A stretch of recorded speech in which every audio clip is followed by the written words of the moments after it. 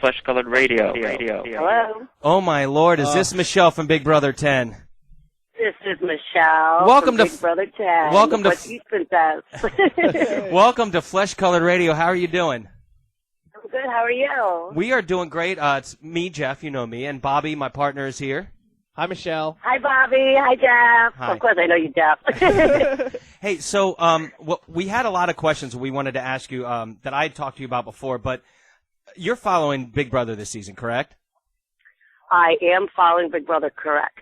Okay, so it's basically turned into, we need to know what goes on in this diary room. Like, they've talked about there being a shrink you can talk to, or like, what is up with that? I guess it's kind of probably what you're going through at that moment because nobody in our show had any buddy come. I don't know if anybody spoke to anybody in the diary room because we're supposed to keep our diary room sessions to ourselves. Right.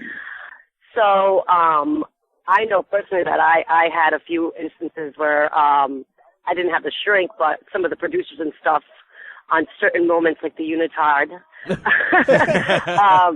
they just wanted to talk and have a few different voices try to give you reasoning. But yeah, I think that this year they actually have the person probably living in the house at this point. yeah, it's been really crazy. One thing I wanted to ask about your experience was that, all right, when you're watching, when you're a viewer watching these things and it's all the competitions and things like that, and then they're interviewing all the house guests, they're interviewing them after the competition, but they're acting like they're being interviewed before and during the competition.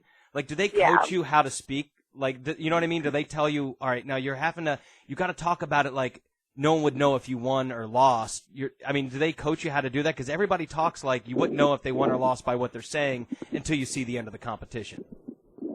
Yes, I can say that there were times that, they tell you to pretend like you didn't win, and they want you to kind of like talk about from the beginning to the end, like what you thought about it. Did you think you were going to win? And do like a build up to you actually winning, or if you were on the block and they would probably make it seem more that you should win the power veto, and then at the end they show that you don't win. But they do tell you to say it a certain way. They tell you kind of what to say. They kind of lead you sometimes towards certain phrases and certain things that they want you to say. And also what they've done before is they've actually have told me to go and put on the outfit that I had in the diary room, say if they didn't catch something that they wanted. So they wanted me to put on my same outfit and go back in there, and they would ask me more questions. Okay, all right. Now, that makes total sense. Do they show you video while you're doing the diary room? Like, do they show you what's going on, or they just say, all right, now what were you thinking when you did this? Well, I'll tell you guys what the diary room is. It's basically like a couch with this, like, interrogation, like, beaming down on you. and a camera and a couple of mirrors, but the two-way mirrors, but obviously you can't see in. And there's just somebody talking to you through the cameras. We don't ever see anybody. We don't see any videos. We don't see anything. Wow. The only time that we actually see anything is when the screen comes on when Julie Chen is on. Oh, wow. Okay. All right. Shoot. Yeah. Yeah. Well, you had told me when we were talking off the air at one point that that you couldn't have pencils or pens, and you also couldn't have eyeliner because you could pass notes. Now, I know that one of the girls this season is she's a makeup artist, but she's been wearing makeup like crazy this season. Is that maybe a rule that they changed, or? It seems like they have changed many rules compared to my last season. Number one is that there's been so many more prizes. I think every single competition they've won a prize. Yeah. Whether it's been $5,000, which I'm not very happy about that because I got it as a unitard. Right. And that was the only competition where there was money to be won. There was nothing else that in our season. They didn't have the budget last year. Yeah, I don't know. I really don't know. I guess because they didn't have to fly really anybody because a lot of people were located in California. They had a lot more money to spend. I don't really know. I don't really know. Now Jesse, who was evicted last week, now he's in the jury house right now, so you can't even talk to him until after the show, right? Yeah, he's right in the jury house, and he's probably not very happy right now. He seemed like he took it a lot better than I thought he would. I don't know, like he was a lot different this season than I think he was last season. Yeah, I think he had a lot of different gameplay this season. I watched a lot of the live feeds, and for me, it was the same Jesse. It just seemed that instead of the spotlight being on him, it was rather on everybody else, which was, I think, a lot different from last year than this year.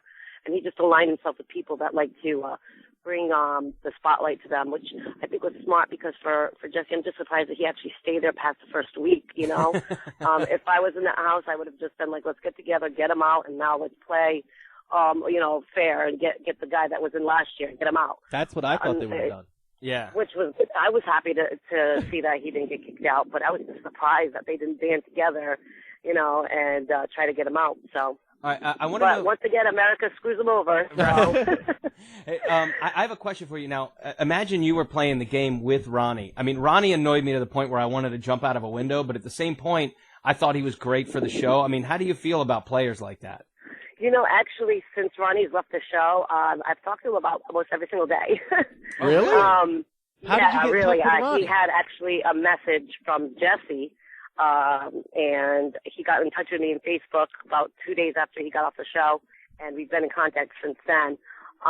He's actually a really, really nice guy. You know, I think he played the game too hard. I think he was trying to be Dan and Dr. Will and James Ryan and all the other different BB house guests, and he was trying to combine them into one.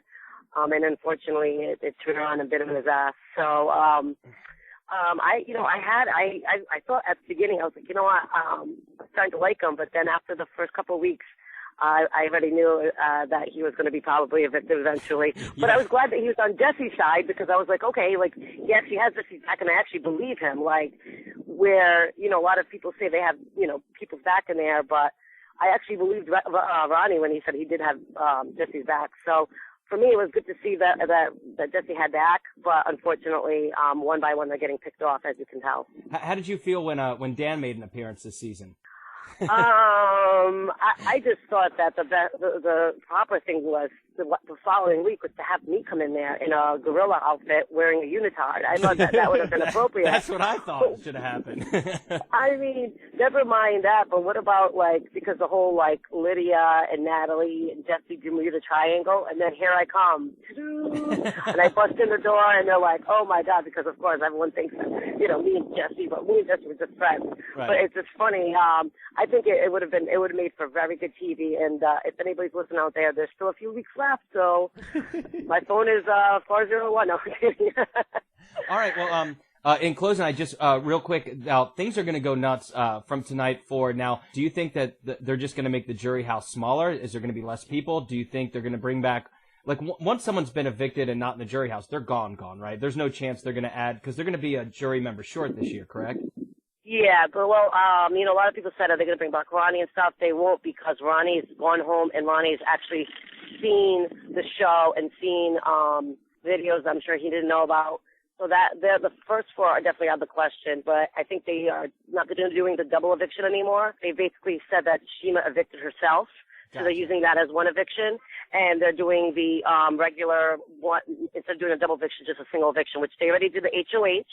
They redid the HOH and everything. But I know I did hear also, which I kind of think that it should only be left if there is a tie. Right. But I did hear that America's going to get Shima's vote. Oh, shit. All right. Well, America definitely threw the stick in the spokes of this season, definitely. Well, I think that when it comes down to something like that America shouldn't have any input at all. Fuck America. Yeah, in fact, I didn't know if I could say that or not. You can say whatever you want to say. But like I said, I think that it should be, if it came down to 3-3, within the jury house. I don't think that America should be the ones to you know, have their say, because to me, I think America's got it all wrong, and it's just basically by what CBS is showing them, and unfortunately, CBS wants to show you who they want to win. Yeah. And they want to make you hate the person they don't want to win. And they I mean, good job of that. They have so much footage that they can definitely make that happen. Michelle, after we watch tonight's episode and we get through this week and the next eviction, we'd love to have you back on the show. Oh, definitely. All right. We're gonna let you go, and we got to head into our next song break. But thank you so much for the interview, and goodbye. And we hope we get to see you back on the show soon. Oh, I hope so too. And thank you very much for having me on. All right, take it easy, Michelle. Flesh Colored Radio.